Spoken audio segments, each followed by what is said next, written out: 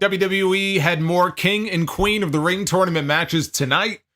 It was the final batch of quarterfinal round matches. We had Randy Orton in action against Carmelo Hayes. We had Bianca Belair in action against Tiffany Stratton. We had Tama Tonga in LA Knight.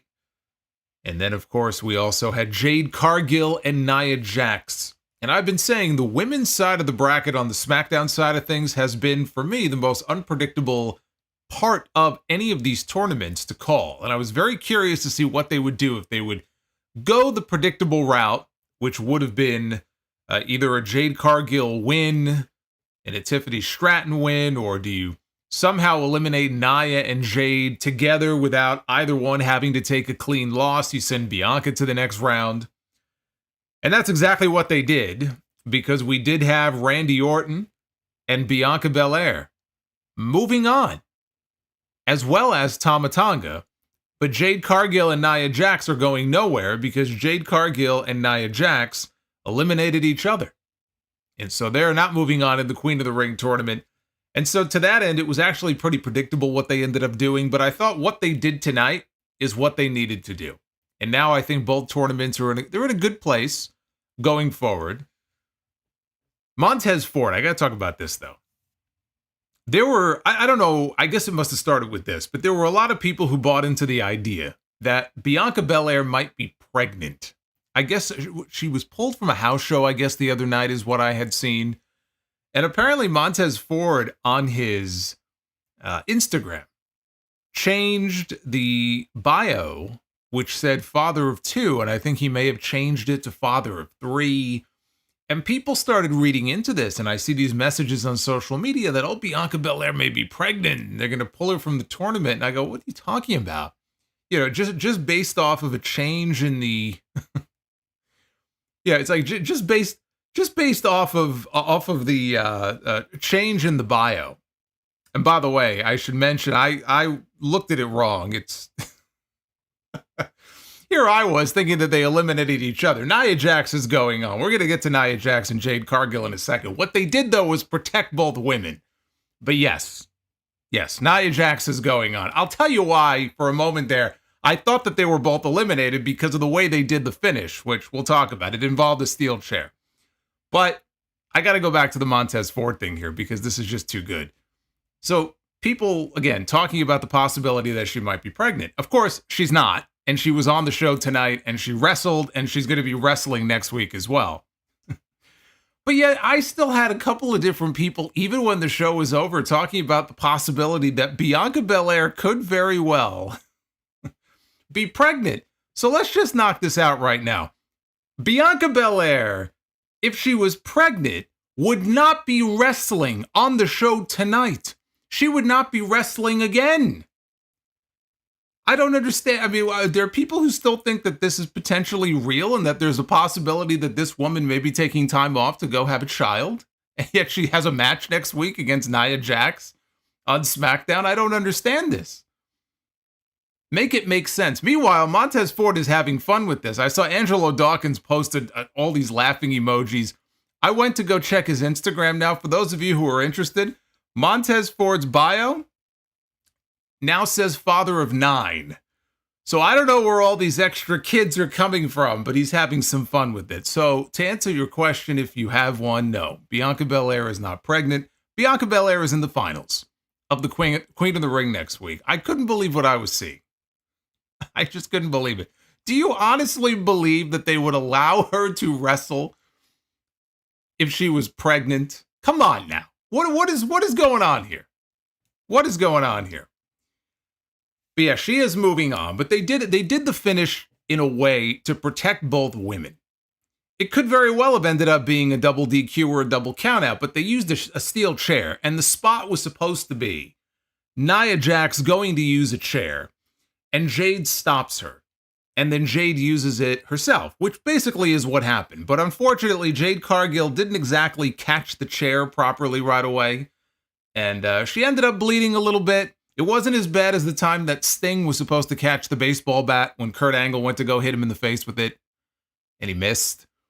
And Kurt hit Sting with a bat full on in the face, and Sting no-sold it. He no-sold it. blood pouring down his fucking face, but he no-sold it. Wasn't quite that bad. But I thought tonight's show, it was a solid show, good episode of SmackDown. Bianca and Tiffany, good match, just a tease of what those two women are capable of. They're going to have a much bigger match one day on a pay-per-view than what we got tonight here on TV. LA Knight, still over as fucking gangbusters here on this show. For people who think that he has cooled down, every now and then you get a little reminder here. You got one, a few weeks ago, got one here tonight.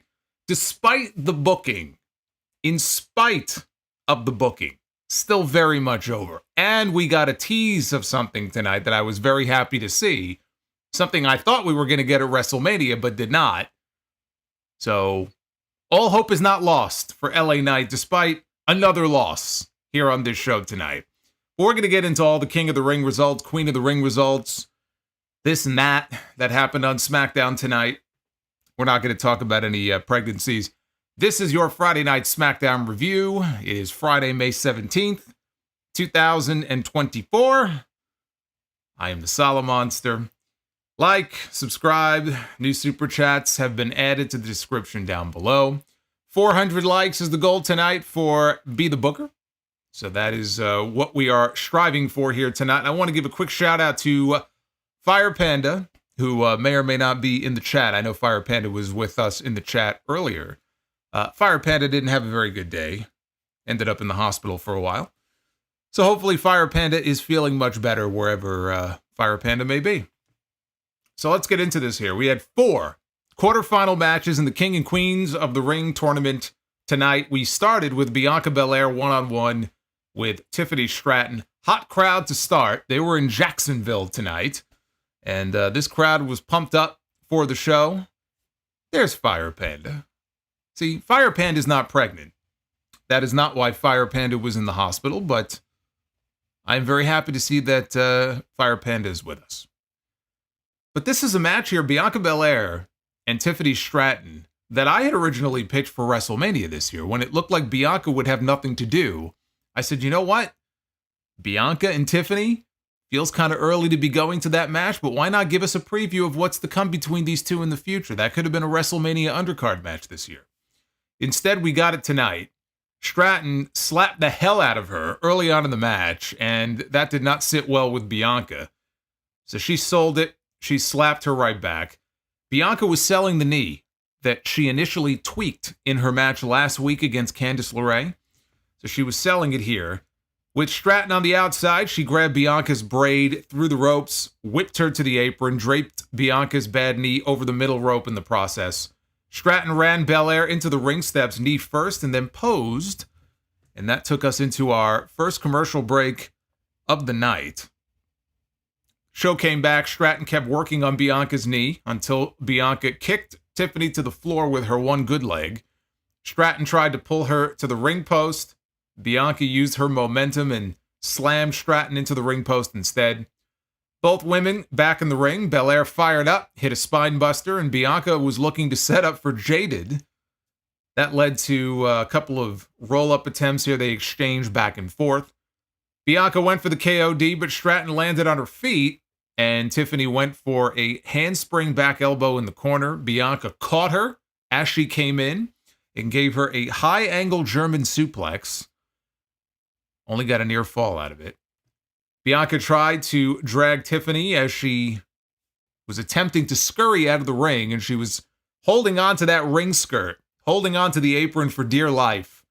And eventually she let go, and when the referee went to go readjust the ring skirt with his back turned, Tiffany went and raked the eye, or maybe I think she put a thumb in the eye of Bianca, and followed that up with a sliding elbow for a good near fall. Stratton tried for the prettiest moonsault ever, but when she hit the top rope, Bianca pushed her legs out from under her.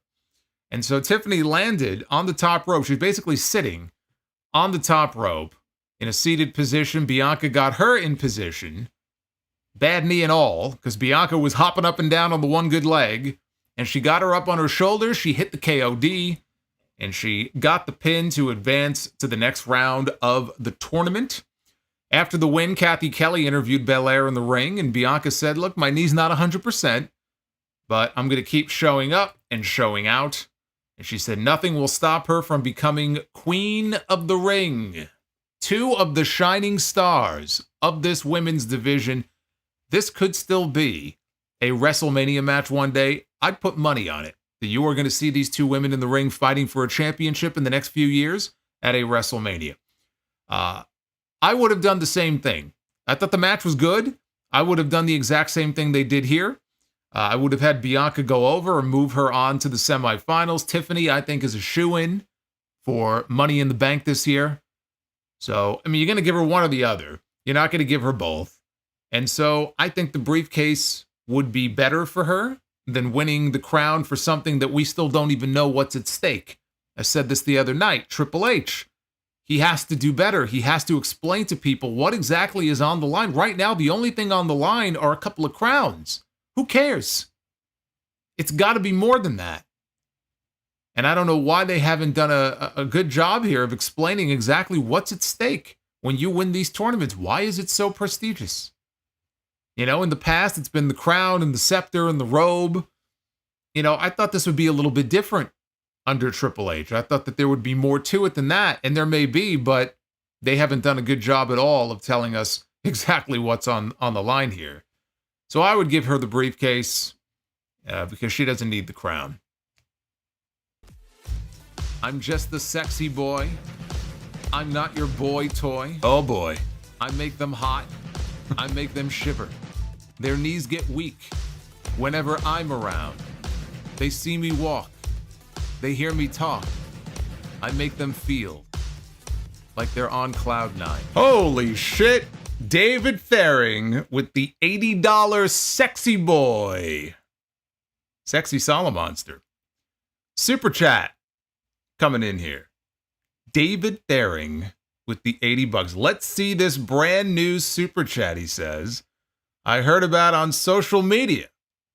Solomonster about Montez Ford allegedly getting his pilot's license, but that one about Bianca confirms to me how gullible some people are. Hope all is well with you. And Fire Panda. Hey, David, thank you very much. I sound so uninterested singing that. Well, I mean, that was, you know, deadpan was kind of the point. There you go. Hey, that song has never sounded so good. Okay. David, thank you. Breaking in the new one. I love it. I hear the beat of Radio Gaga. Oh, man. Let's move on here, shall we? We go from good opener to Logan Paul. Backstage, walking through the hallway. And he is about to enter the office of one Nick Aldis, the general manager of SmackDown, when someone comes walking out of the office. And the man walking out of the office is LA Knight. And the 2 men share a few seconds, little stare down here. Nick Aldis eventually comes out of the office and he grabs Logan Paul and says, come on in. And that was all we got. But there it is. The first tease of the eventual match for the United States Championship between Logan Paul and LA Knight. Another match that I thought originally was going to happen and should have happened at WrestleMania this year. Now we're getting the first tease. So now you know it's coming. The only question is when. It also did something else. It made the match later in the show with LA Knight a little more predictable. But that's okay. If they're going where I think they're going, I'm okay with that. Byron Saxton was in the back to interview Jade Cargill. Cargill called Nia Jax a beast and an irresistible force. To her, though, Nia was just in her way. Bianca walked in, and they talked about the possibility of standing across the ring from each other in the next round of the Queen of the Ring. After this, we got a video recap of last week's developments in the Bloodline story, where Solo Sikoa revealed to a very surprised Paul Heyman that he has been, unlike Paul, he has been in touch with Roman Reigns since WrestleMania. And in his absence, until he is ready to come back, he has put Solo in charge of the Bloodline, and he has made Paul Heyman his wise man. So that was the big development last week. Now we come back live. And they're in the back. And Paul Heyman asks Solo Sikoa, have you spoken to him today? And he wasn't talking about Carmelo Hayes. He was talking, presumably, about Roman Reigns. And Solo said, all the time. And he walked away. Hey, he never said Roman by name. He could be talking about anybody, right? He could be talking about a different tribal chief. Doesn't necessarily mean he was referring to Roman Reigns. But there was something else happening in this segment, actually. The first thing that we saw when they cut to the Bloodline locker room in the back for this segment, we had Tonga, who was pacing back and forth, and he was making these grunting noises. Yeah, that's exactly what we heard from Tonga. It's like some alien life form wearing Tonga's skin. That's what that reminded me of. Sounds like a fucking gremlin. I hope that's not going to be a regular thing. Like, you know, the instead of the Samoan savage, he's the Tongan savage. He doesn't speak. We heard him speak a few weeks ago. But yeah, the grunting is new. Hopefully that doesn't stick around. I'm not gonna lie, that scared me a little bit. Just a little bit. Elsewhere, LA Knight was interviewed. He just ate a hot tamale. LA Knight was interviewed by Kathy Kelly in the back. I like this segment here. So he said, the Bloodline doesn't look the same these days. He doesn't know who half these guys are. But he said that he's going to beat Tommy Tonga and move on to win King of the Ring. So Carmelo Hayes walked in, and he said he wanted to give LA Knight the chance to welcome him to SmackDown, him being a first-round draft pick and all. And LA Knight used the analogy. He said, you know, people don't know. He mentioned the year that Tom Brady was drafted. Who was the number one draft pick? He goes, exactly. Nobody knows who that person was. So he took a shot at him bragging about being a first-round pick. Hayes said that the three letters that people would be talking about tonight were not going to be RKO. The three letters that they would be talking about were HIM. And LA Knight mockingly clapped and said, look who won the spelling bee.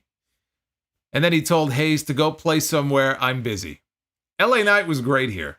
And I love the spelling bee line, but I thought he was great here in this segment. Again, you could hear the fans in the arena. You could tell before he even came out for his match, this was an LA Knight crowd.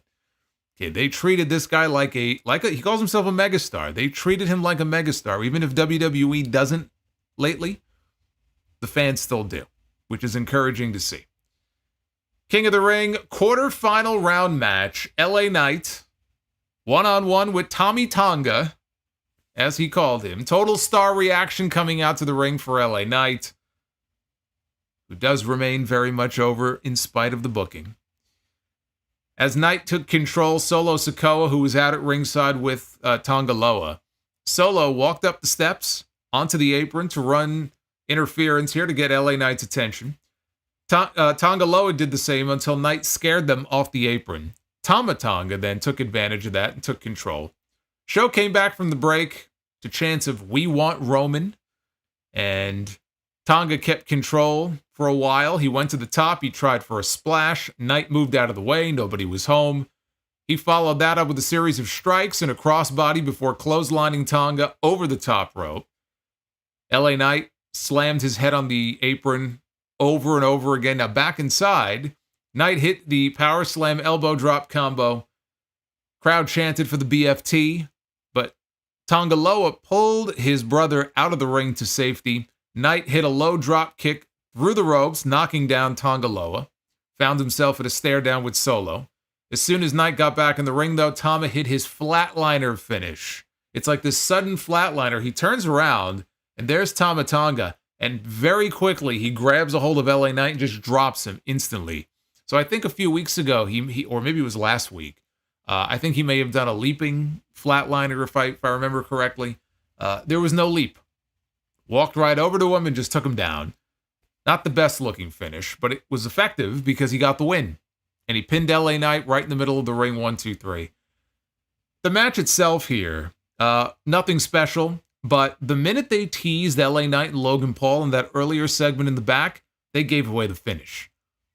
You knew you knew that LA Knight, even coming into the show, you had to know that LA Knight was not going over, especially if Randy Orton was going over in his match later, which I think most people expected. They weren't going to do Randy Orton against LA Knight. So you probably knew even before the show went on the air tonight how this was going to end, but once they had that segment and that little interaction in the back, just teasing it, you had to know that Tonga was for sure going over here in this match. So LA Knight was always losing.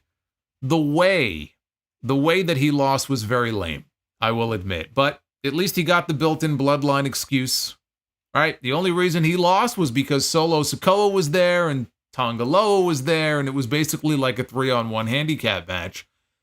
Same exact situation as when he lost to the bloodline last year.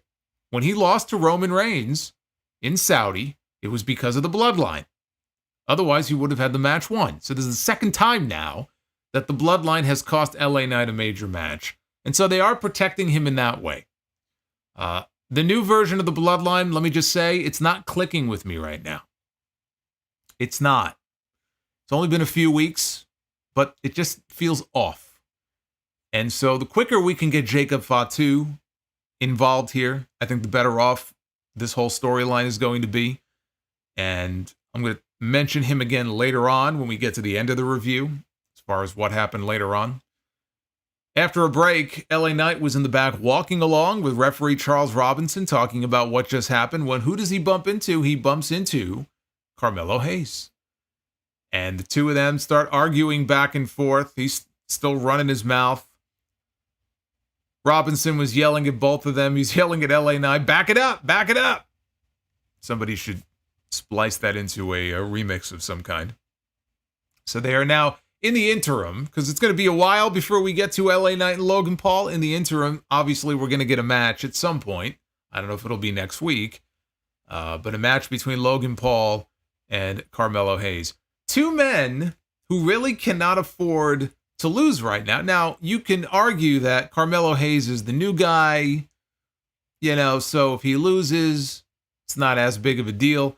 When they eventually do this match, if I were booking it, LA Knight is not losing that match. LA Knight feels like he has lost, or at least lost in the big situations more often than not these last several months. And if you're going to build him up for an eventual U.S. title match, then there's no better time than the present time. Carmelo Hayes is going to be just fine. He can go around and gloat about being a first-round draft pick. He's going to have a nice career for himself. Two guys who need the win. Right now, LA Knight needs that win more, especially coming off a loss here. Both men are coming off a loss in the King of the Ring tournament, but I would not have Carmelo Hayes when they eventually meet beating LA Knight. Nick Aldis was in the ring to moderate the contract signing for the main event at King and Queen of the Ring next weekend in Saudi. The United States champion Logan Paul was out to the ring first. He had a small army with him. Little entourage. He had what looked like his attorney. There was a photographer. I know this because he had a camera around his neck. And then two geeks in Prime t-shirts, or a Prime t-shirt and a Prime hoodie. They accompanied him to the ring. Cody Rhodes was out next to a monster reaction. So they took their seats, and Cody asked Logan, do you know what happened on these grounds 32 years ago to the day right here in Jacksonville, Florida? I didn't even know. I didn't know what he was getting at here. And he said, well, of course you don't know. You weren't even born. But 32 years ago, here in Jacksonville, to the day, it was War Games. That was Wrestle War. 1992, he said Sting's Squadron against the Dangerous Alliance. He said widely considered the best War Games match of all time. That is correct. That is indeed the greatest War Games match that I have ever seen. I've said that before. So I didn't know that it was 32 years ago to the day. He said the reason he knows this is, like all of us, he is a fan of professional wrestling. He is a fan of what he does. And Logan is not a fan. The best way that he would describe Logan Paul, he's a tourist. He's just passing through. And he thinks it's time to get off the train and make himself, a Grand Slam champion by taking the United States title away from Logan Paul. So Logan said that Cody is saying the same things that the last guy said. He goes, we've already heard this. He asked Cody if he was stalling right now. I didn't come out here to hear you talk. I came out here to sign a contract. So the lawyer, the nameless lawyer, who did end up getting a name, he pulled the contract out of his briefcase, or his Halliburton, right? Remember Mongo McMichael walking around in WCW with his Halliburton? His Halliburton. I always love that word. So anyway, pulls the contract out, and he's looking over the contract, and Logan, before he signs anything, he's got an issue with something in the contract. He says that there's one little thing. He rips the contract up into little pieces and throws it up into the air. Crowd chanted, "You can't read." He said, no, I can read. It's just not what I agreed to. What I agreed to was a match for the undisputed WWE Championship, not to defend my United States Championship. So there's the out. We were wondering how they were going to work this. There's the out. So he had his lawyer, Jim Guillory, draw up a different contract, which he pulled out and handed to Nick Aldis. Now, Nick Aldis is not happy about any of this. He says, this is not what we agreed to. This is not the right way to do business. He got very upset. Logan's lawyer got up in his face and said, are you threatening my client? Cody butted in. He was still sitting at his own table. So Cody butts in and he says, Nick, calm down. Says, you're doing a great job as the general manager. And fans all cheered. So he asked Aldis to let him and Logan have the ring. He relieved Nick Aldis of his duties. He kind of lapsed back into EVP mode for a second. He told the GM, you are relieved from your duties for this evening. Who the fuck does that? When was the last time somebody's told the general manager, you are relieved of your duties, you may leave now? Fucking guy thinks he was back in Jacksonville. He was back in Jacksonville tonight. He lost himself for a moment and thought he was back at Daly's place. He put his EVP hat back on. So yeah, Nick Aldis at that point, he left the ring. Cody told him he would come by his office later. So it was just Logan, his entourage, and then Cody was over at the other table. Logan said Cody hasn't done anything to deserve a shot at the U.S. title. He said he has proven that he is worthy of every title in this industry. So, like his brother, Jake Paul would say, sign the contract, big boy. And he threw the contract at him. He said something else. I think he made a comment about Mike Tyson, who's going to be fighting Jake Paul. But Fox blacked out the screen and the audio, so we couldn't see it and we couldn't hear it. So Cody got angry. He stood up. He got up in Logan's face. He said, let me tell you something, you fly-by-night human hat rack. The honeymoon is over. Said, I've seen you do a flip. I've seen you do a flip. Whoop-de-doo. He said, I just created a new word. See? You never know what you're going to get here.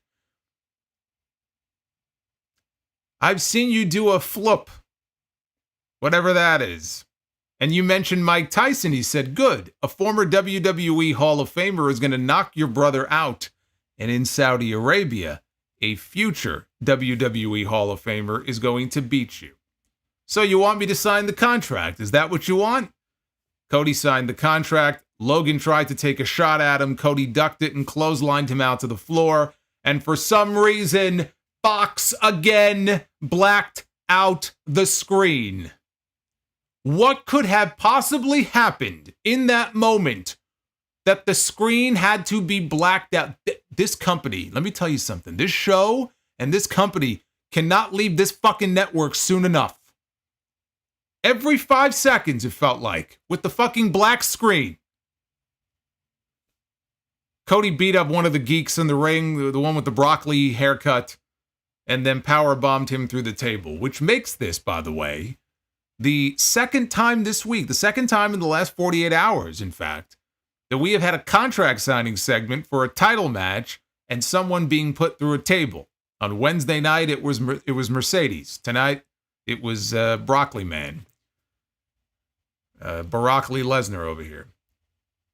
no surprise that Cody would be so over in Jacksonville. That shouldn't really be much of a shock to anybody. They were molten for him here in this segment. I thought it did a good job, the contract signing did, of putting more heat on Logan Paul for their match, which was the whole point of this. Yeah, you want to put as much heat on the guy, make him as unlikable and as hateable as possible, and I thought they did a good job of that.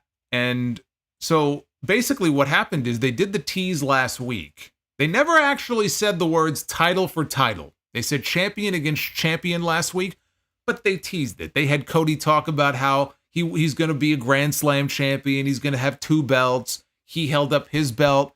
Logan held up his at the end of the segment last week. They did everything but flat out say that this match in Saudi was going to be champion against champion, title for title. It was a tease. And they did it that way, clearly, so that this week Logan could say, wait, not so fast. I never agreed to that. My title is not going to be on the line. It's only going to be your title.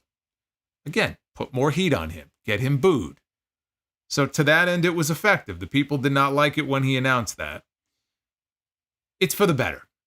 It's the right call to make. This never should have been champion against champion, title for title in the first place, because there's really only 2 outcomes there. Either Cody wins the U.S. title, which he does not need, right? Or we get a fuck finish of some kind of disputed finish, a non-finish, a disqualification, a draw, no contest, something like that.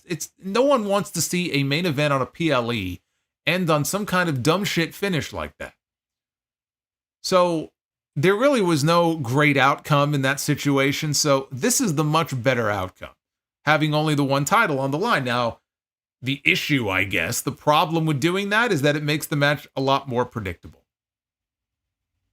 Because now we know that Cody Rhodes is going to win, and Cody Rhodes is going to hold on to his title. I don't think anybody expected him to not hold on to the title either way. But it does make the match more predictable, but it's still the better way to go.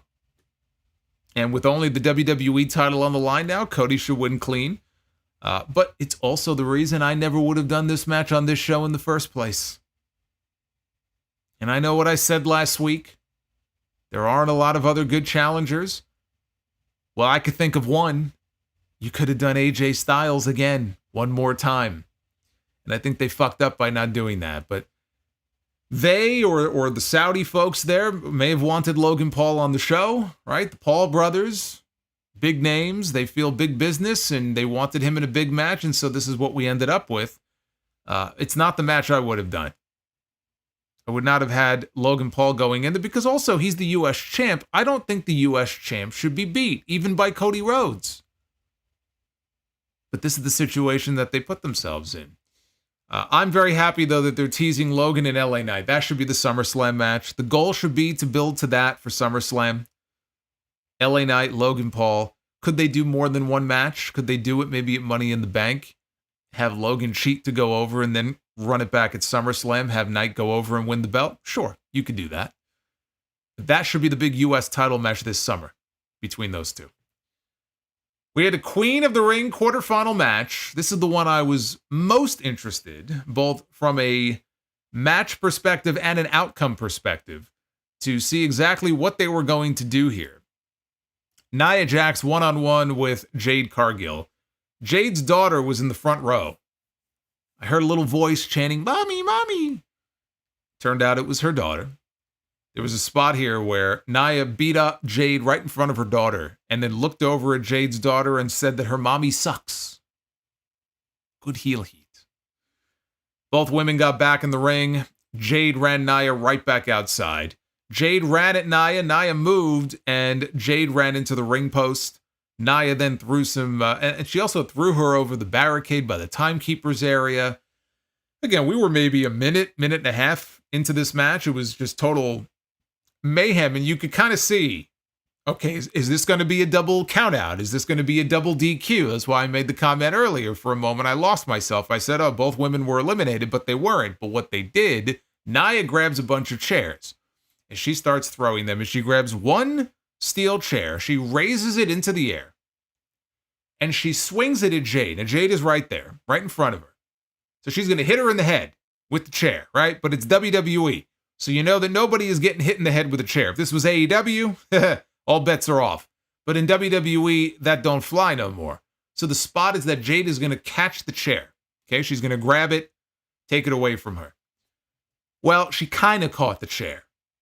Nia caught her, it looked like on the side of the face. She hit her with the chair, basically. Not full force, but she did catch Jade with the chair. Jade, nonetheless, took the chair. And then she hit Nia with it, right across the back. Referee sees this, and the referee has no choice but to call for the bell. Jade Cargill has been disqualified. Jade Cargill has lost her first match here in WWE. Not by pin, not by submission, but a loss is a loss, and she's out of the tournament because of that.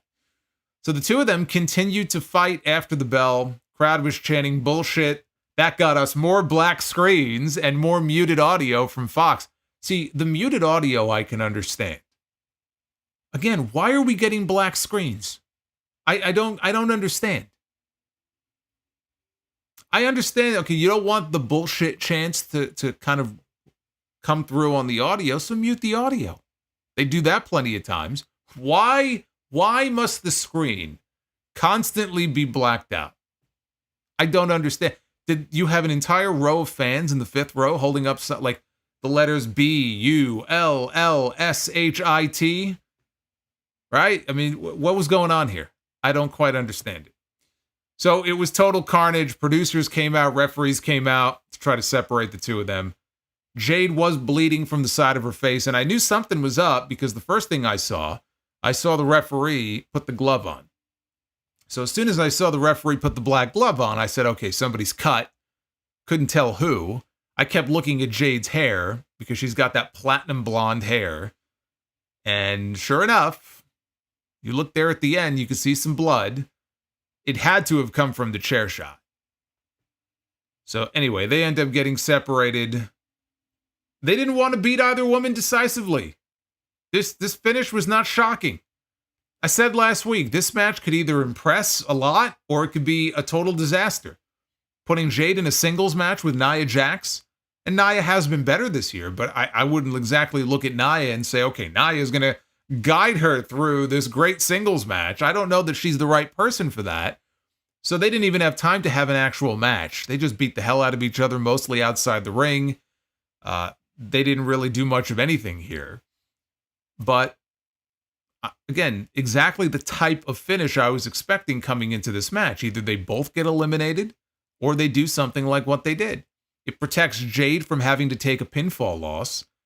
You could look at it and go, well, this is stupid. Why would Jade use a chair knowing that she could be disqualified and bounced out of the tournament? Well, because Nia was kicking her ass in front of her kid and yelling at her daughter, your mommy sucks, and then tried to hit her in the head with a chair.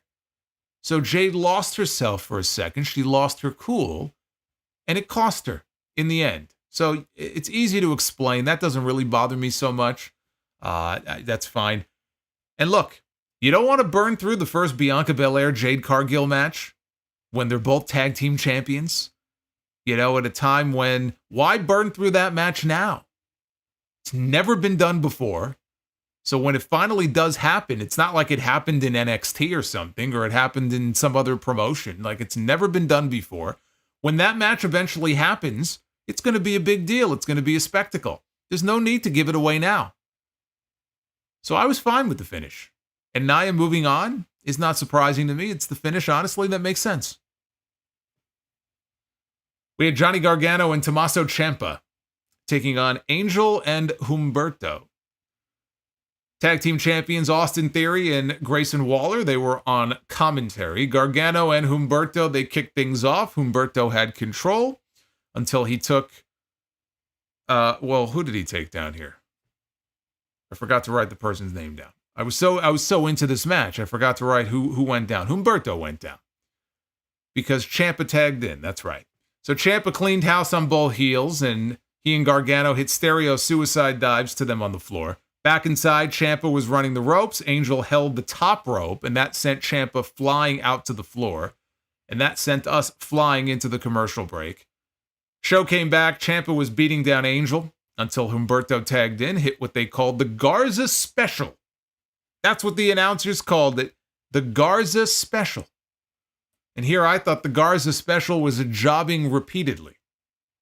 Apparently not. Humberto got a 2 count out of it. Gargano got a hot tag, took out both Humberto and Angel.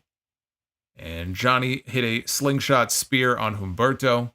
Went to the top. Santos Escobar, who was out there, he distracted the referee while Elektra Lopez grabbed Gargano's leg. The referee ended up ejecting all the other members of Legato Del Fantasma, and DIY hit their meet in the middle finish and picked up the win.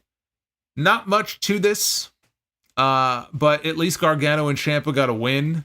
We'll see if that was just to set up a tag team title match for next week or not. I don't think anything was announced on that end. I would like to see Gargano and Ciampa continue to rack up wins like this before we even talk about them getting a tag team title match. But, again, with Theory and Waller sitting there at ringside, it feels like we're going to probably get one sooner than later. We saw them get a bunch of title matches on Raw, and they lost every single one of them, including at WrestleMania. Now they're on SmackDown. Now it's a chance for a clean start for them. And I think thrusting them immediately into a tag team title match that they will probably lose would be a mistake.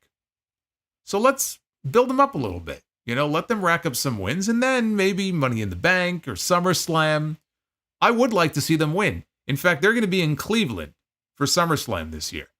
I believe Johnny Gargano, if I'm not mistaken, I know he's from Ohio. He may be from Cleveland. That would be a hell of a place for Gargano to pick up a big win the tag titles with Ciampa. Build it up for SummerSlam. We don't have to get it anytime soon. The last thing those two need to be doing, now that they went to a new brand, is losing. Corey Graves and Wade Barrett, cut back to them at ringside, talked about the mysterious QR codes that have been popping up all over WWE television, which tells me that something's going down very soon, because for the longest time, we wouldn't hear anything from the announcers. They would never acknowledge it. They've been acknowledging it over the past week or two. So that tells me this new Uncle Howdy faction is nearly upon us. It could happen in Saudi, right? Saudi is where The Fiend won the WWE title for the first time. It could very well be next weekend that we see them pop up. But they were talking about it, and they talked about one of these QR code videos, the Howdy videos, took over WWE's Twitch feed this week. So they showed part of the video, which showed that female therapist that was cited in the newspaper clipping in one of the other videos. Remember the other night, I think Monday night, I talked about how one of the QR codes took you to a video that showed a bunch of file names on a computer, and then it would open up certain images that were listed. One of them was a newspaper clipping about a missing woman. She's the missing woman. She looked fine to me. In the video, she was sitting down like she was in a therapy session talking to a patient. We couldn't see who the patient was. We were the patient. She looked fine in the video, whoever she is. AJ Styles was interviewed in the back by Byron Saxton and was asked, "Where do you go from here?" That's a great question. Where do you go from here? Where do you go when you are a loser? You lost to LA Knight at WrestleMania. You lost to Cody Rhodes at Backlash. You lost to Randy Orton last week in the King of the Ring. Where does he go from here?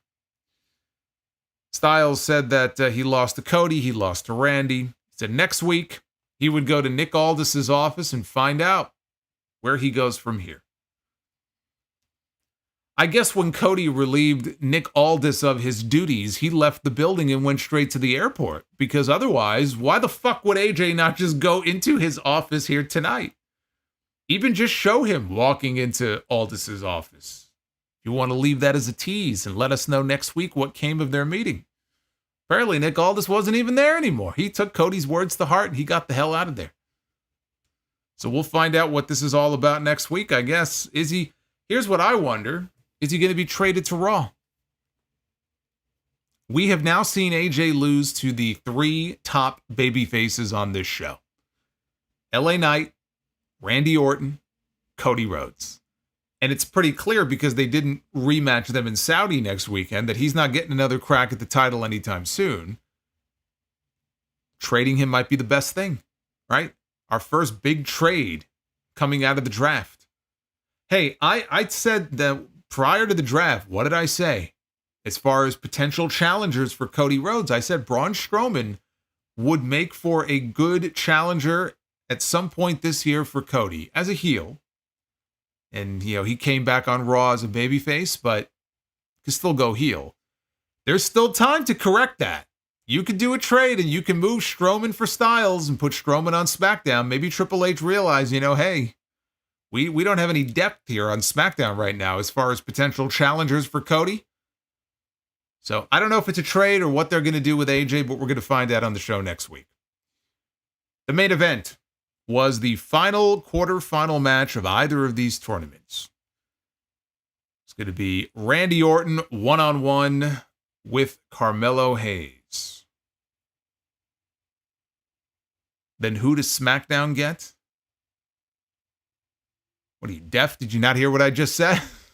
I literally just talked about Braun Strowman. Braun Strowman is on Raw. Braun Strowman would go from Raw to SmackDown. AJ Styles would go from SmackDown to Raw. It's pretty straightforward. It's pretty cut and dry. So we had Orton and we had Hayes. This is Hayes' second main event, by the way, since being drafted to SmackDown. His first night in, he had that main event with the champ, Cody Rhodes. And he lost. Here tonight, in the ring with Randy Orton. The result wasn't any different, but hey, that's still two main events for him.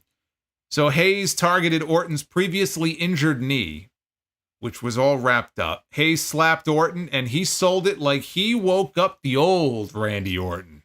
Something woke up from deep within. He had a look on his face like, you better leave. You better leave, dude.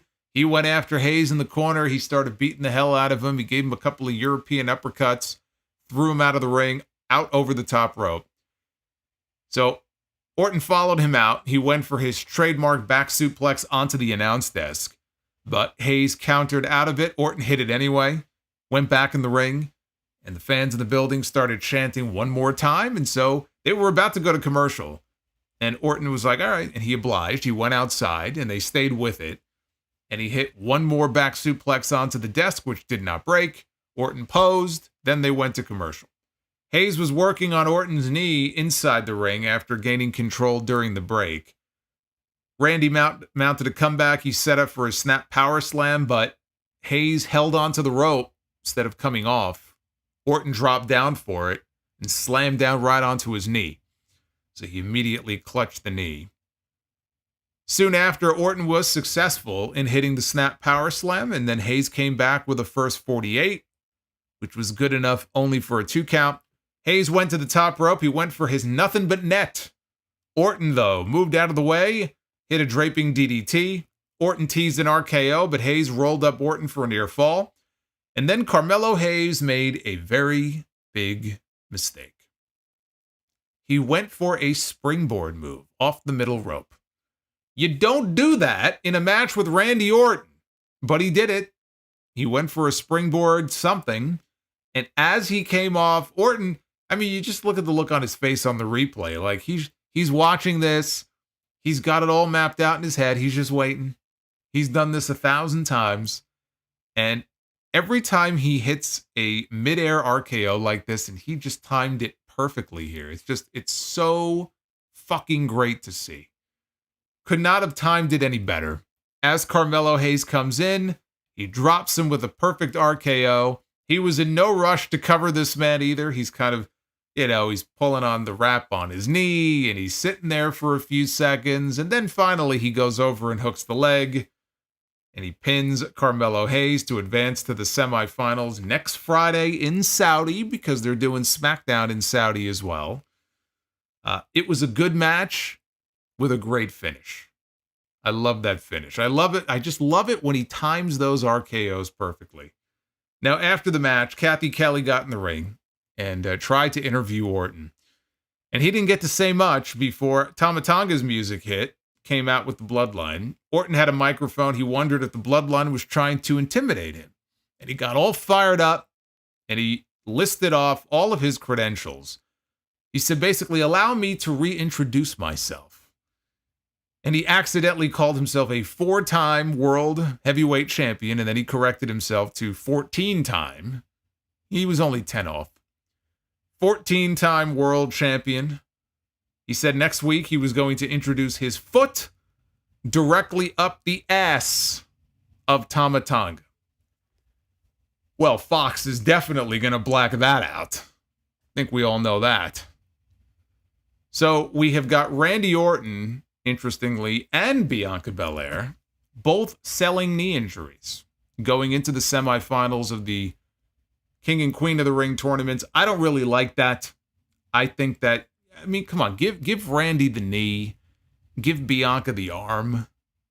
Do we really need 2 people with the same injury going into semifinal matches on the same show next week? You couldn't change it up a little bit?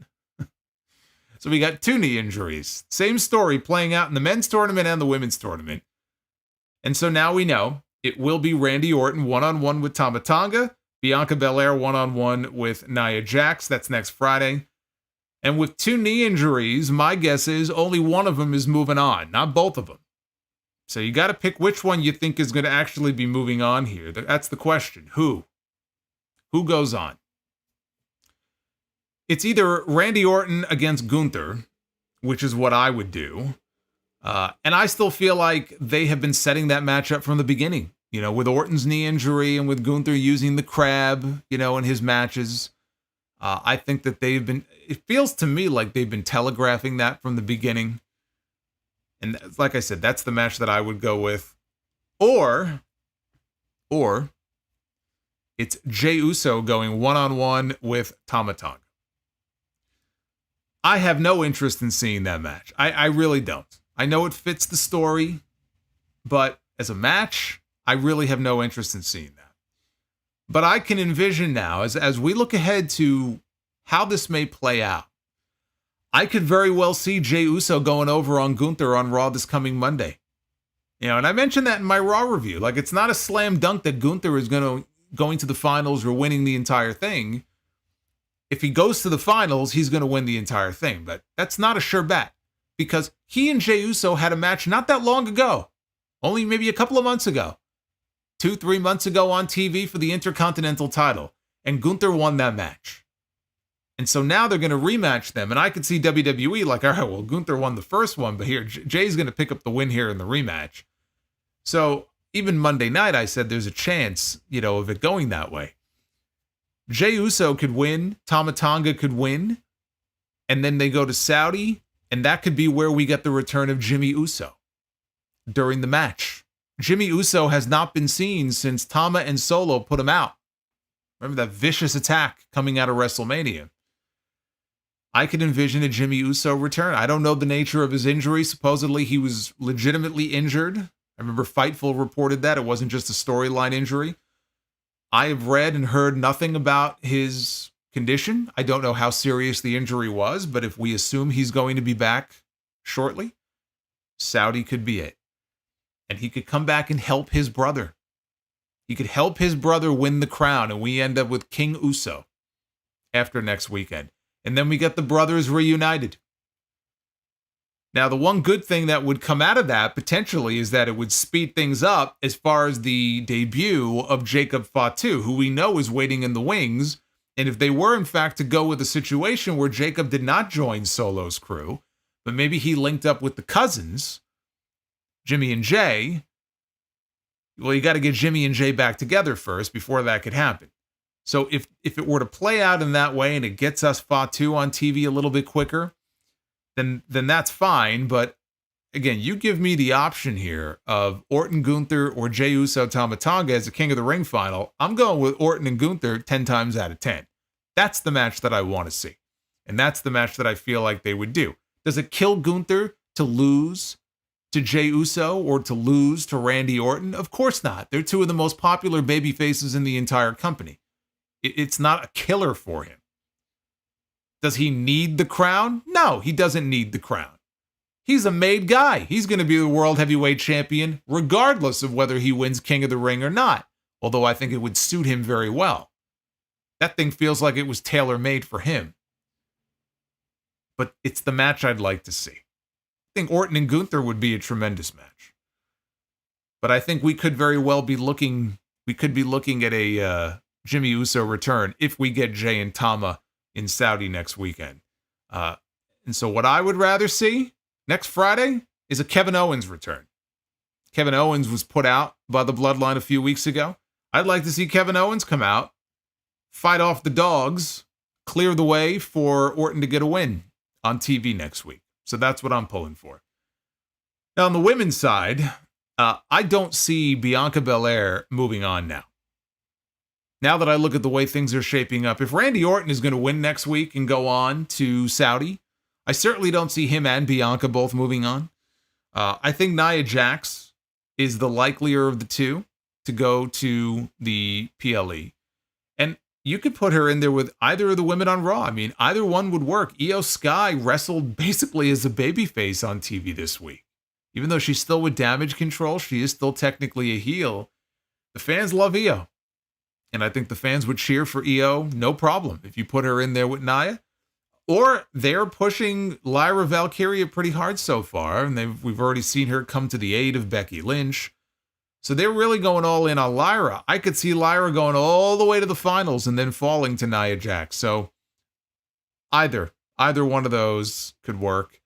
But now it feels to me like we're in for a Bianca Belair loss next week and a Nia Jax win in the Queen of the Ring. So that's how things are shaping up right now, in my view. But again, I've been enjoying the tournaments for the most part. I do wish, some of these matches would get a little more time the deeper you go into it. We have semifinal matches next week. I don't necessarily, believe that either of those matches are going to go any longer than the matches that we've had here in the quarterfinals of the first round. I feel like the deeper into the tournament that you get, the matches should be a little bit longer. A little bit better until you build to whatever that final match is going to be. It's one of the reasons why, just from a match quality standpoint, I much prefer Orton and Gunther. I just don't think Jey Uso and Tama Tonga is going to light the world on fire. But Jey Uso is, like I said, super over right now. There's no way they're going to leave him off that show. So if he gets bounced by Gunther on TV this week, coming up, they're going to have to find another match for him on that show. You're not going to leave Jey Uso off of King and Queen of the Ring. They're going to go over there and do a PLE. They want him out there. They want the Fireflies. They want everybody bouncing up and down. He's big business for them right now. May not think much of his actual matches, but he is one of the most over stars in the entire company. There's no doubt about it. Anybody who says differently is fooling themselves. How would you grade SmackDown from Jacksonville? 66% thumbs up, 21.5% thumbs in the middle, and 12.3% thumbs down. So chime in there on x.com/Solomonster. Now, I should mention, there will be no SmackDown review next Friday. So even though there are two big semifinal matches in the tournaments next week, I will not be here. And the reason I will not be here is because we've got House of Glory coming up next Friday. The War Within from La Boom in Queens, New York. We've got Mike Santana defending the House of Glory World title against Matt Riddle. We've got the Amazing Red in action. We've got a bunch of other stars set for the show. And so that is where I will be. So there will be no SmackDown review next week. However, there will be a King and Queen of the Ring live review next Saturday. So I'll miss the Friday show, but I will be here for the pay-per-view. So that's next weekend. So you'll get me for that. And the other thing I also wanted to mention, and I mentioned him on the stream the other night, but give Montezzi a view here on YouTube. Teasy's Table. Type that into the search bar on YouTube. He's got a lot of quality shit up there. Some good music, some good interviews. Again, Montezzi or Teasy's Table on YouTube. He's good people. He's good people. La Boom. Who's comes right? La Boom. Usually we're at the NYC Arena. But for that night, we're going to be at La Boom. We've run shows there before, so it's all good. Looking forward to it. Hopefully I get to see some of you guys there. All right, let's check out your super chats. I know we got a few of them here to get through. We're up to 320 likes, so we are lagging behind here for Be the Booker. It's not looking good, guys.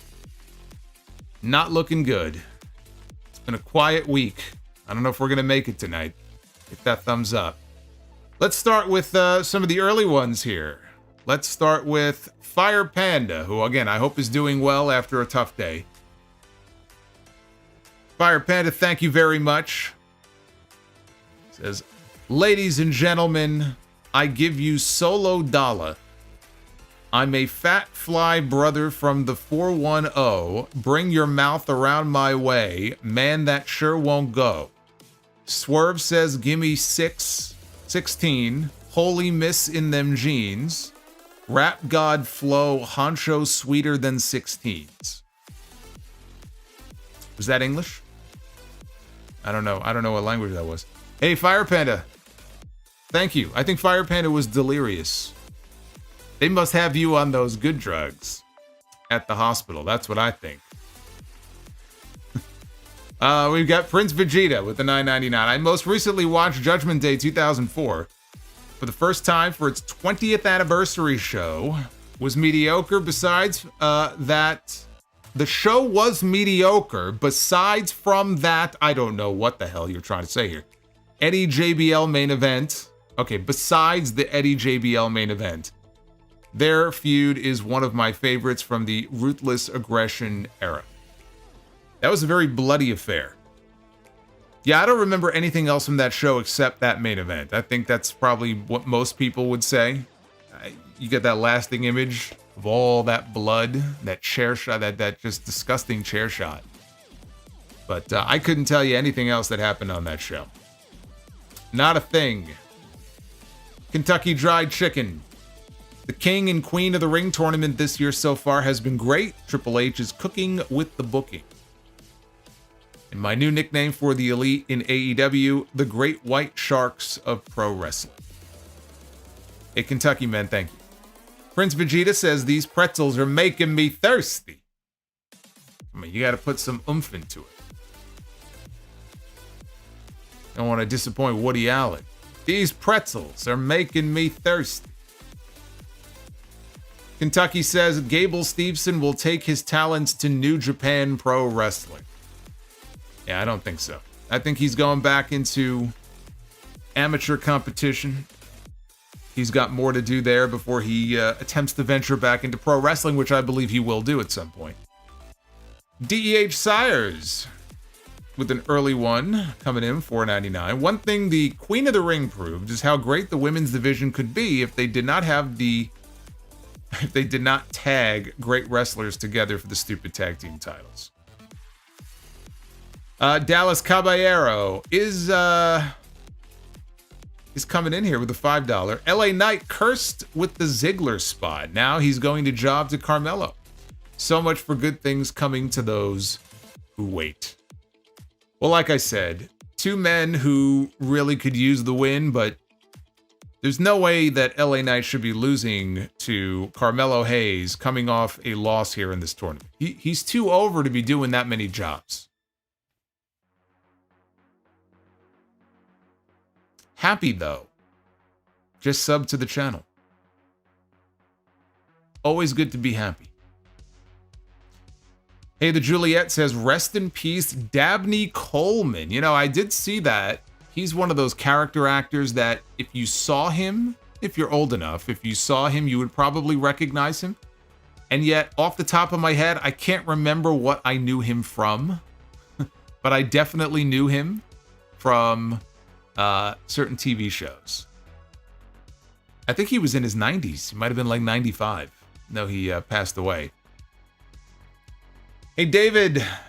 Again, thank you for the $80 from David Thering. He wanted to see what the new super chat was. I read his earlier. David, thank you, man. You are the man.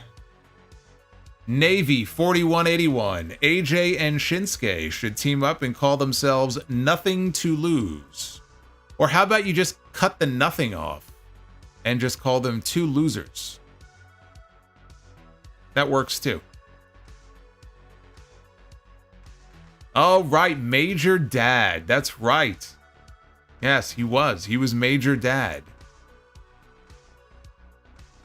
Markel. Keep doing you. Thank you, Markel. Good to hear from you.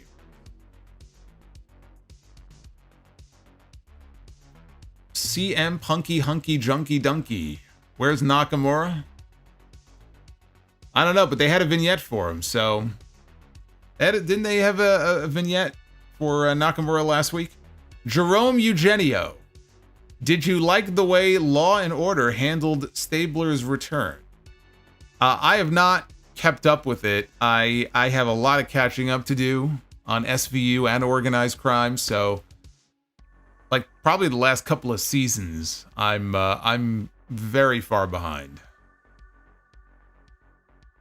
Aaron with the $20. Just joined the stream. I'm sorry if you answered this already. What are your thoughts on the Uncle Howdy story after the whole Twitch thing? It seems to be happening soon. Who would you have be his first victim for Howdy? I was thinking the way that Jey Uso seems to have co-opted the Fireflies, that maybe they would go after Jey if they were going to be a heel group. I still think there's a possibility there. For example, if Jey does not beat Gunther on Monday and go to Saudi to wrestle Tama Tonga, how Jey loses, perhaps, could be tied into Uncle Howdy. Maybe they cost him the match in some way. Otherwise, I don't know. I mean, AJ Styles is talking, he doesn't know what his future is. Maybe they go after AJ. Maybe that's what they do with him. Friday the 13th universe is in the works. Yeah, I did see that. Apparently, they're not allowed to make movies. They don't have the rights to. But they could do pretty much anything else. They could have TV stuff and, I guess, games, and could probably do an animated series if they wanted to. But I think the rights to the Friday the 13th franchise are still in limbo, being held hostage. It's a whole thing. It's a whole situation. Yeah, the Twitch stream was 55 minutes. Apparently the Howdy thing, though, it happened at the very end. Again, it was like a glitch and then very brief. I'm sure some people went and watched the entire stream and waited for it. I wasn't watching a 55-minute Twitch stream to see 30 seconds of some random woman. I'm not that invested in the story. Anyway, quiet night, but thank you guys who did support. I appreciate it, David and Fire Panda and everybody else. Thank you very much. We are going to get out of here. We did not hit the goal tonight. Very disappointing, but there's always Monday. We'll try again on Monday night. You better bring it for the Raw stream. You're disappointing me here. But hit that like button on your way out if you have not already done so. Also, check out episode 862 of the podcast, which will be going up on Sunday, as it does each and every weekend. We got a lot of different news items to get into. We're going to talk about that, and I will have AEW Double or Nothing predictions. I'm going to do that on the podcast this weekend as well. Hey, Chris AXC, coming in with a super chat here. Was going to ask what your thought is on this AJ story, what it was going to lead to. He just got a new theme. Feels like a face turn. Yeah, he got a crappier theme. That makes him a heel to me. They should have upgraded the theme or left it alone. And they actually made it worse. But yeah, I just mentioned that perhaps it'll have something to do with the Howdy stuff. We'll see. What I said earlier in the review is that maybe they're going to trade him. Maybe they're going to trade him to Raw for somebody. We'll see. Hey, Josiah. Thank you for the $2. And Fire Panda, hit row. Hit row. And if you didn't know, now you know. Thanks for the new clip, Solo Dollar. Don't go comparing me now to Top Dollar. We don't want to upset him now. I'm going to see him next Friday. And stay on his good side. Yes, Uthman is very excited because Uthman is seeing Sky Blue on Sunday. I guess, what is it, some kind of Comic-Con or something on Sunday? That better be after you listen to the sound off. Although I don't know when the show's going to go up, so either before or after, you better check out the show. Aaron coming in with $10. Thank you, Aaron. Monday better be crazy. The fans better step up. That's right. You better step up. You guys better step up. The Juliet. Look, everyone. It's Samoa Bro. Hey, the Juliet with the 5. Ivar's injury is apparently more serious than WWE first thought. And Eddie Kingston has a broken leg. Yes, he does. It's some kind of, I think, tibular injury. Hasn't had surgery. Don't know if he will need surgery. It's still early yet to know exactly when Eddie may be back, but he broke his leg when his leg hit that guardrail at the New Japan show last weekend. So out of Anarchy in the Arena and out for a while, unfortunately. As far as Ivar, what a mess that was. Meltzer had an item in the Observer this week that Ivar's injury was all work and it was an angle and they're giving him time off, some much-deserved vacation time. And then Ivar put a bunch of tweets out saying, okay, let's clear up all the confusion. Yes, I am hurt, and yes, it is very serious. And he is trying to figure out what his options are. And I don't know if that means it's a spinal injury, a neck injury, a back injury. I don't know what kind of injury it is, but it's serious. So, poor Dave in the dirt yet again. I don't know, man. His batting average of late has not been good. That's very embarrassing. Uthman with the $10 super chat. Mariah May, Mama Wayne, and the main event, Sky Blue. It's called Wrestle Show 2024 here in Jersey, finally meeting Sky. Oh, so they're all going to be there. I'd be very excited to meet Mariah May or Mother Wayne. You could go ahead and take Sky Blue. I'm going to mosey on over to Mother Wayne's table. Say hello. Introduce myself. Luis. Hey, where you been, Luis? Haven't heard from you in a few weeks.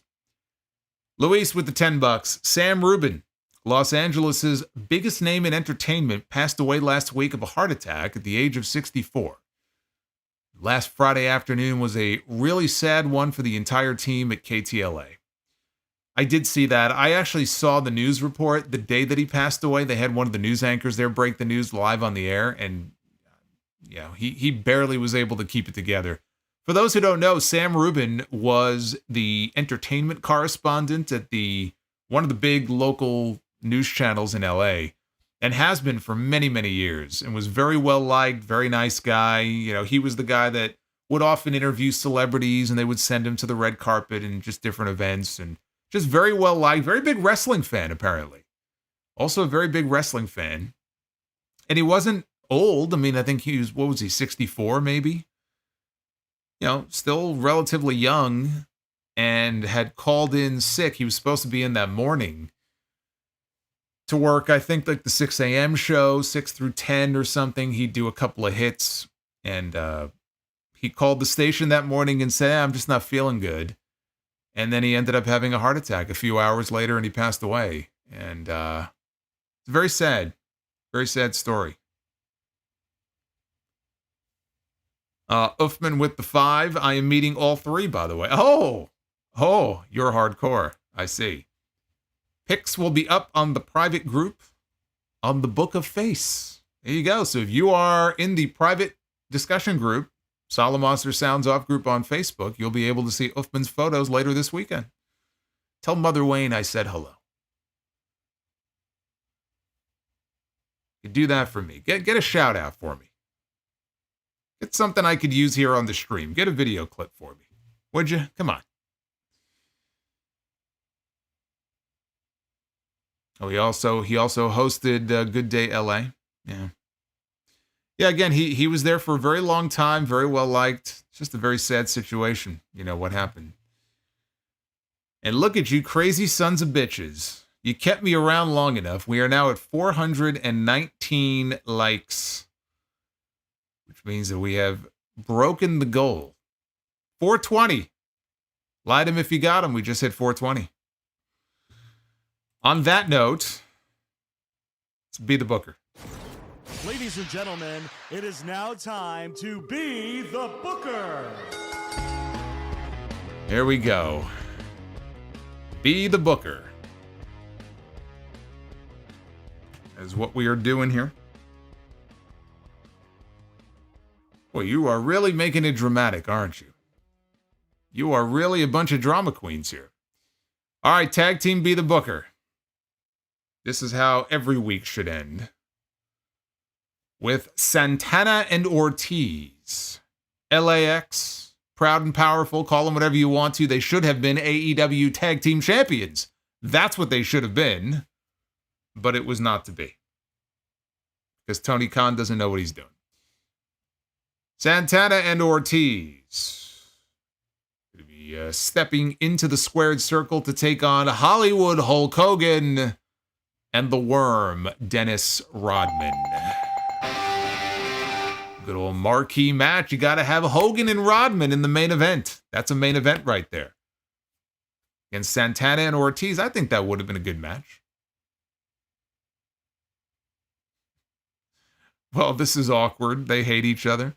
I'd say hate's a strong word. They don't work together anymore, Santana and Ortiz. They have different ideas of where they want their careers to go and what they want to do, and they had a mutual parting of the ways. I wouldn't throw the word hate around. Hate is a very strong word. All right, women's be the booker. Let's see what we got here. We had a couple of Queen of the Ring matches tonight. Let's do our own Queen of the Ring. We begin with the former NWA Women's Champion, Camille. Former NWA Women's World Champion, Camille. Who is supposedly on her way into AEW. I believe the word is that she's been under contract for a while and just has yet to debut. You know what I would do? I had an idea. You let me know what you think of this idea. We had a contract signing on Wednesday night, right, on Dynamite, and it was very clear now Mercedes is being booked as a heel. She's being portrayed as a heel. That's good. That's the role that she should be in. She got put through a table by Willow Nightingale. Mercedes is not going to Double or Nothing in her first match and losing. Okay, so we're going to have a new TBS champion after this Memorial Day weekend coming up. If I were to debut Camille, I would debut Camille as Mercedes' heater, as her bodyguard. That's how I would debut her. I wouldn't just throw her out there. Okay, we have another debut in the women's division and another woman on the roster who may wrestle from time to time. I would debut her in the corner of Mercedes, have her help Mercedes win the TBS title. It'll put more heat on Mercedes that she has this woman here who probably will tower over her, but will be her bodyguard, and let them work together. And then eventually you could book the split and you could do something with Camille and Mercedes. But that's how I would introduce her into AEW. Yeah. I like that. That's what I would do. I hope that happens now. I hope we get to see her next weekend in Vegas. And that way there's an excuse there. Willow loses, but it's because Camille, with the assist, Mercedes wins the title. She goes around gloating about how great she is and what a boss and what a CEO she is. And meanwhile, you got Camille just totally stone-faced, no selling it, standing behind her at all times. Because, Mercedes is someone that they're going to want to give a lot of television time to and try to build that division around. So anytime she's out there, Camille's with her. Camille's getting FaceTime on TV too. It's not a bad thing for her. All right, well, she's wrestling here, though. Let's see who she's going to get in the ring with. We have got, yes, exactly, a Diesel and HBK dynamic, China, whatever, yeah, China and Triple H, whatever example you want to give. China used to get a ton of heat by beating up the guys and body slamming the guys. All right, Camille going to go one-on-one with Rosemary. Camille and Rosemary from TNA. Have they ever wrestled each other? I don't think they have. That's good, though. It's a good one, right? I like that. I like that.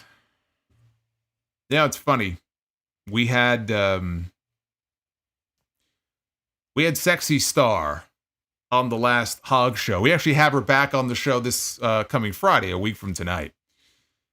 And it amazed me how many people don't realize that it is a different Sexy Star. So there were people online who were taking their venom out on this poor woman. And we're just like, it's not the same person.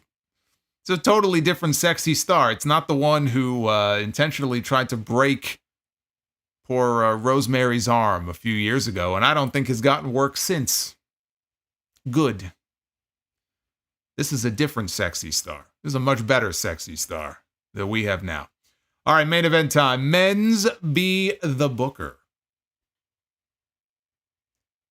We've had 2 good matches so far. Let's keep it going. Let's keep it going. Uh-oh. We begin with Papa Shango, the Voodoo Master. Papa Shango just put a curse on Be the Booker, everybody. This is our main event. This is our main event. Really now? Are we really doing Papa Shango in the main event? I guess we are. Papa Shango against Braun Strowman in the main event.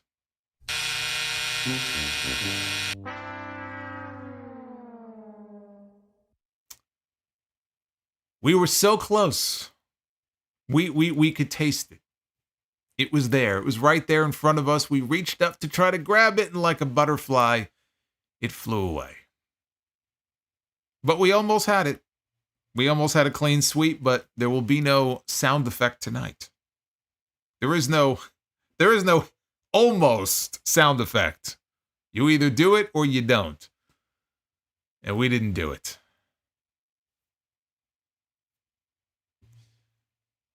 Hey, Zizou, man, what's going on, Zizou?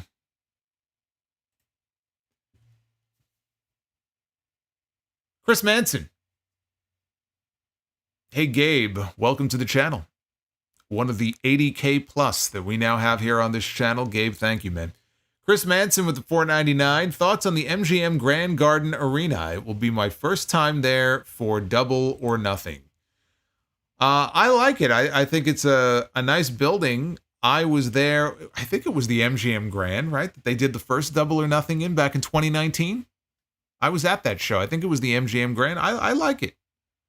Not the biggest building in the world, but I think it's a fine venue. I have no issue with it. Arabian Night, in a recent interview, AJ Styles said he doesn't have much time left in the ring. What's left for him to do? As a fan, I would like to see him in AEW for a short run. Well, I don't think that's going to happen. If he wanted to go to AEW, he had the chance to go a few years ago, when AEW was hotter than it is now. And he opted not to, because why would he leave? Why would he leave? I understand he's not always booked in the upper echelon of talent, but, you know, the guy gets paid very well. He knows he has a spot in the company. He knows he's in a good place.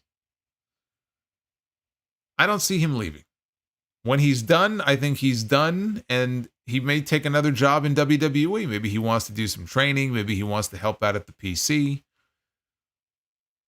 I don't see him going to AEW. Prince Vegeta, Judgment Day 04 had the debut of the legendary Mordecai. Oh, yes.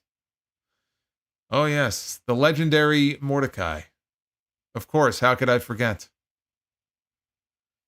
Zizou says, is there another finisher like the RKO that can be hit at any time? Yeah, I mean, there's plenty of finishers. I mean, look at Bryan Danielson's running knee, the Busaiku knee, right? You could hit that from anywhere. You know, the pounce. Always loved Monty Brown's pounce. You could hit the pounce. Willow uses that. Willow Nightingale. I mean, there's tons of moves you could hit from out of nowhere. The Stone Cold Stunner. Kind of like an RKO, I guess. Super kick. Although the super kick the super kick is a finisher. Give me a fucking break. Arabian Night says WWE should have offered Camille a main roster deal. Well, they offered her an NXT deal, and she turned it down. Had they offered her a main roster contract, maybe she would have taken it. We'll never know. I like my idea, though. I would make her a heater for Mercedes. I think it would get good heat. I think it would be a great way to introduce her as just a dominant force in that company. Silent but deadly. Doesn't even have to speak. Doesn't have to say a word. And then eventually when she turns and goes babyface, she'll be one of the biggest baby faces in that entire division.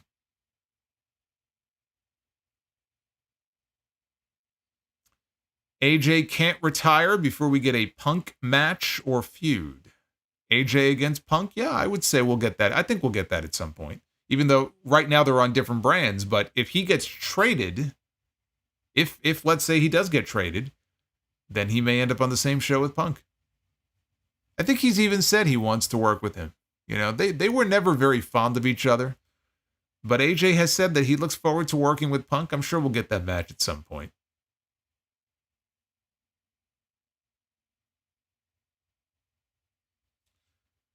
Wasn't Daniel Bryan's knee finisher created specifically because of his match with Cena at SummerSlam in 2013?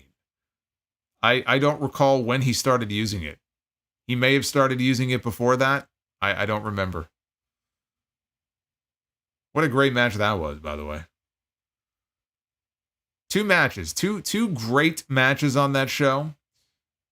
Between that and the Lesnar-Punk match. I think I had Lesnar-Punk that year as my match of the year. That was a great SummerSlam just for those two matches alone.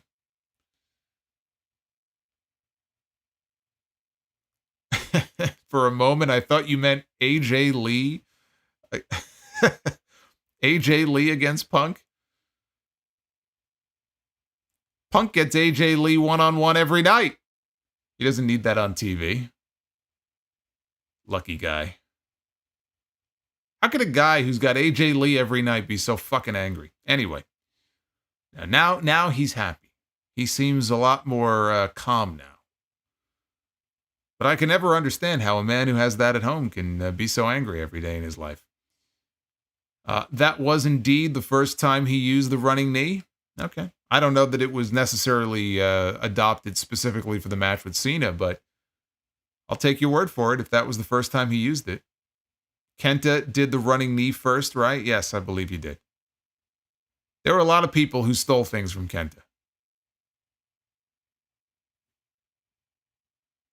Styles versus Omega needs to happen. I'll tell you what, I think there's a better chance we get Styles against Omega in WWE than we do in AEW.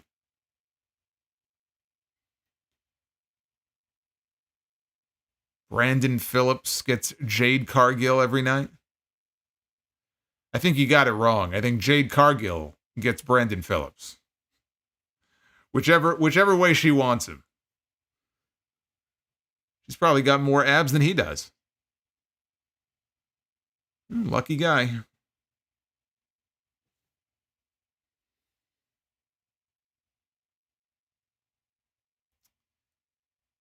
Well, this was good. Good questions, good dialogue here, and good that we hit the goal. I'm happy. So you put a smile on my face. Thank you. All right. Again, episode 861 coming up this Sunday on all podcast platforms. And on Monday night is when I will be back with you live right here on YouTube. We get to start what will be a very busy week. Very busy week because we have the live Raw review on Monday. I will also be back on Tuesday Night Titans with JD on Tuesday night at 8:30 over on his channel. 2 great shows so far. About 100,000 views and counting between both of them. So I'll be back with him on Tuesday. Live for the Dynamite review on Wednesday. No SmackDown review next Friday. I'll be at Hog. But then Saturday is King and Queen of the Ring. There'll be a podcast next weekend. That'll be episode A63. And Double or Nothing. Get ready. Get ready for an 8-hour-long Double or Nothing. That's next Sunday. A lot of good shit coming up. Be well. Stay safe. Have yourselves a great weekend. Thank you for all the likes. Keep hitting that thumbs up. And all the super chats. And I will see you back real soon. Until then, take care, guys.